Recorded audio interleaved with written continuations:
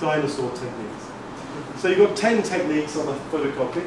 Number 1 is help students to listen and keep up, or speak out if they're lost, by pausing often. The minute you pause in the middle of a sentence, the students look at you and think, has the teacher died?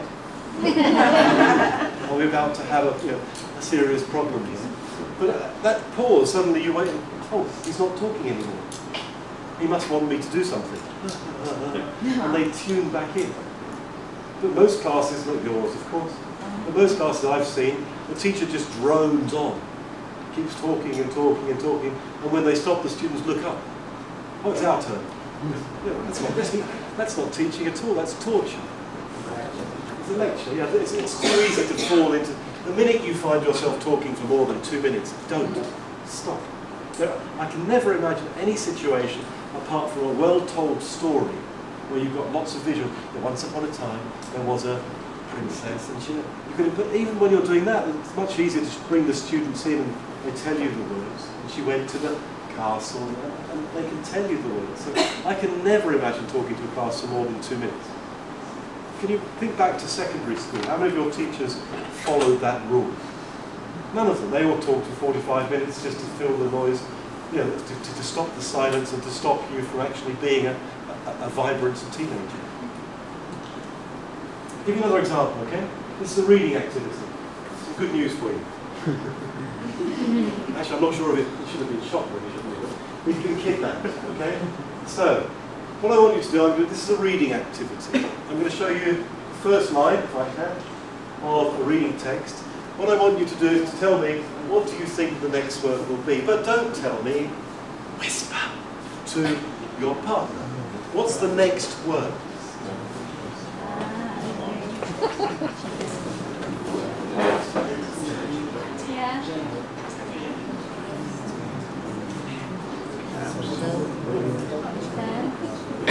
What could it be? On the shoulder. Okay.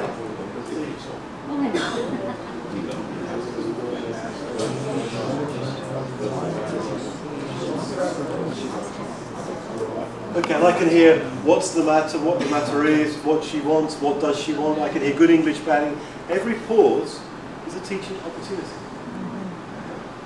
Is it a big or small city?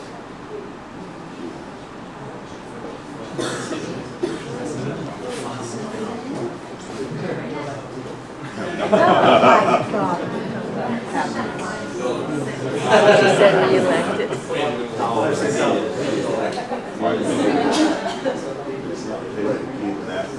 We'll kill him. We'll get him back. Put in visual.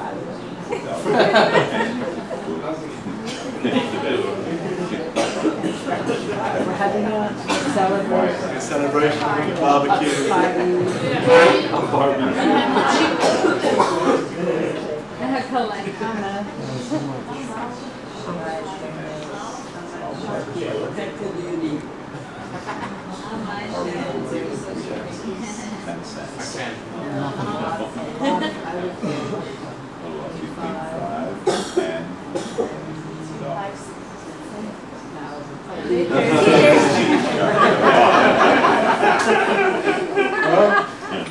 Now that's a reading activity, but instead of what would happen if you said to the class, look, you've got you've got 5 minutes to read the text and answer my 3 questions.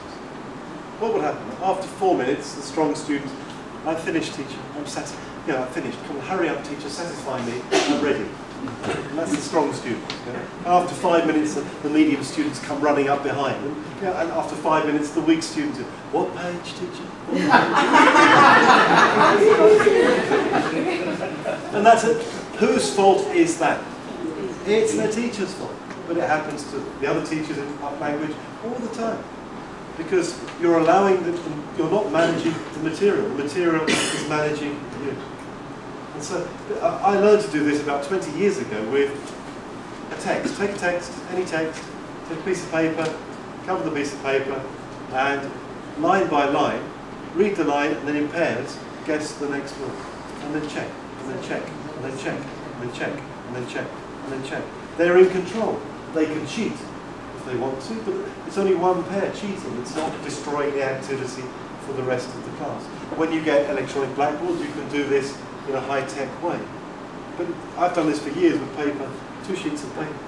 And of course, what you're doing then is you're changing a reading lesson into a teaching activity, rather than you're bringing in a testing activity from a reading exam, which is not good teaching. It's good testing perhaps, that's arguable, but it's not good teaching, because what will happen is the group will fragment. Some will do it quickly, some will do it slowly, and what do? You've got a problem, which you caused, because you didn't manage the material, it managed you. And of course, when you read, you are always predicting, aren't you? When you read in your language, you read and predict, and you can read very, very quickly because you're able to predict because you're native speakers or nearly native speakers of English. When students read at lower levels, what do? They read a little, they translate back. They read a little, they translate back. They're always going back. But reading is all about going forward, about prediction. So the more prediction you can put into your reading lesson like that, the better you will teach reading. Does that make sense? Yeah. And of course, if you use the pair as the unit, then the strong students cannot destroy the activity because they've got to keep quiet within their pair and allow you to service the group rather than the individual. Could you do that in your teaching? High-tech, paper and pen? It's easy. It's a great revision activity. We normally get through textbooks. Oh, you normally don't finish a textbook at all, do you? We never have time to finish. But we don't spend enough time for homework. Go back through the textbook and read your text like this. And see how much faster you can read than the second time or the third time. Imagine you were learning Chinese. How many times would you need to read something before you felt comfortable and familiar with the characters? Loads of times, loads of times. But we teach as if students can see things once and be happy. There's not enough repeat listening or repeat reading in our profession. We're constantly going forwards, never going back, which is more satisfying for the students. I think both are satisfying, but the one we focus on is going forward, something new, something new, something new. If I gave you a Chinese text and you read it again, hey, I read it in 3 minutes, not 5. I can see my progress. I have success, rather than failure, looking forward, what I can't do, rather than what I can do better. Does that make sense? Okay. We'll stop in 2 minutes, I think.